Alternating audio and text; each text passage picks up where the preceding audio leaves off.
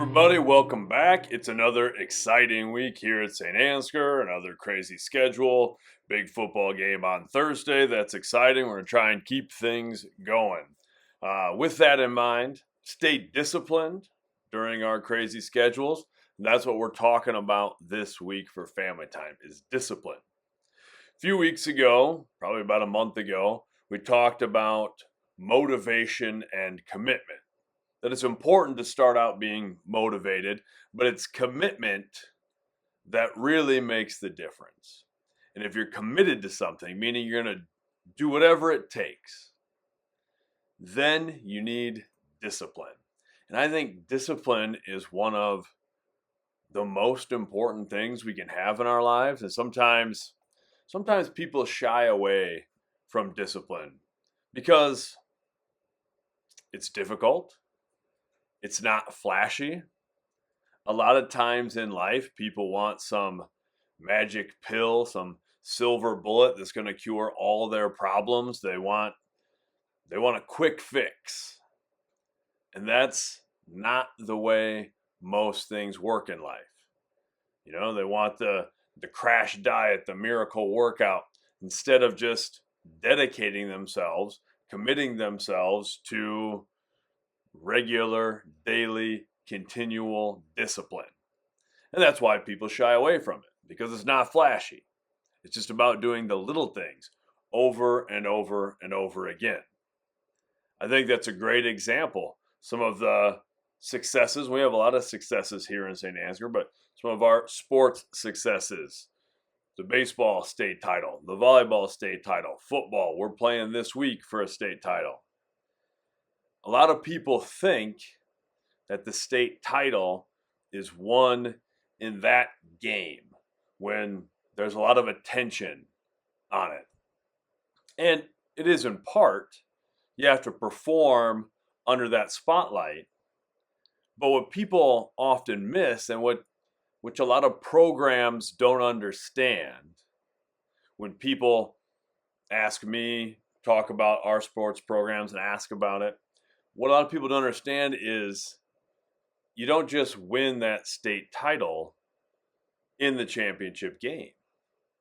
You win it on cold January mornings when it's dark and you're going to get to school when it's dark, you're going to leave school when it's dark, but you still show up for the weight room. You win it when you're watching film, studying plays.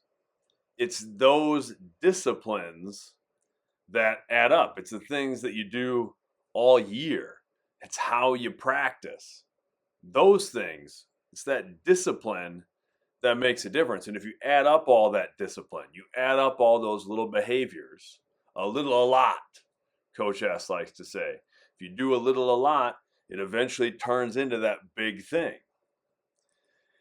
And I think one of my early introductions to the idea of discipline was through martial arts. I think I had a pretty disciplined household growing up. In my immediate household, maybe some of my friends and things that I grew up around didn't always have the same amount of discipline in their home lives, which that's another thing, just an aside. If you've got parents who demand discipline from you, or coaches or teachers, you should be grateful for that. I know sometimes that can be an annoying thing. I tell my own kids sometimes, I'm like, hey, look, I know that this might be annoying at this moment, but I don't think really anybody has some success later in life and says, gee whiz, I sure am grateful for the people who just took it easy on me, who just let me do whatever I wanted, who just lowered the bar for me. Because that's not going to help you in the long run. That's not going to help you achieve your ultimate goals. So be grateful for the people who hold you accountable to being disciplined. That can be, and it should be, friends and teammates as well. So back to one of my early introductions to the idea of discipline, not only seeing it in my own household, but martial arts. I started training martial arts when I was 5 years old. taekwondo first when I was young and did that for years. Then I got into jujitsu later as that became more popular and more available in our area. And I love martial arts. I love sports in general, but I love the discipline that martial arts require. And one thing that I really took from taekwondo at a young age is something called the tenets of taekwondo, which is kind of like the 5 core values. We've talked about core values before, but they're all really rooted in discipline. And the 5 tenets of taekwondo are courtesy, integrity, perseverance, self-control, and indomitable spirit. And those to me are all really elements of discipline. So if you think about what do those words mean, I used to have my older kids memorize this when they were young and they would train taekwondo and try to explain it in kid terms. So it's like, what does courtesy mean? Well, it means be nice. And that takes discipline. Sometimes we don't always want to be nice, especially if we're frustrated or somebody's doing something that we don't really like. But it's about not punching down. It's about not lowering yourself, right? You can always be courteous. You can always be respectful to people. Doesn't mean you have to respect everyone, but you treat everyone with dignity and respect. That to me is courtesy. Integrity means, I used to explain it to kids when they're young, it means like tell the truth, like be honest, do the right thing even when nobody's watching. That takes discipline. Sometimes it's a lot easier to take that easy path, to just copy something from an assignment, to say something that's not exactly true because you don't want to get in trouble or something like that. But I really think those things come back to hurt you later. So courtesy, integrity, perseverance. Perseverance means to keep going, even when things are difficult, to keep trying, to keep pushing forward. And that's fundamental to discipline, because discipline's about it's about doing things even when you don't want to do them, and understanding that's the most important time to do those things. Self-control. Self-control, I would explain to young kids, is make good choices. Now that's pretty vague, but I think a lot of times we know what a good choice is, right? We got that gut feeling, okay? That little voice that's like, am I really doing the right thing? Is this really lining up with my values?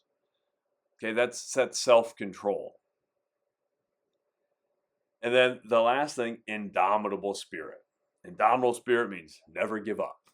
You just never give up, no matter what. No matter what happens, no matter what setback, you don't give up on who you are, on the things you care about, on your hopes and dreams. You just don't ever give up. If you can do those things, and I'm very grateful that was really instilled in me when I was a kid, at a very young age, very impressionable age, that those 5 things, I thought like, well, okay, this makes sense to me. And this is how you find success in anything you want to do. And I don't think at that time I would have thought of the word discipline. I was kind of, first just memorizing those terms, and then later kind of coming to recognize what they really mean in my daily life. But discipline will take you wherever you want to go.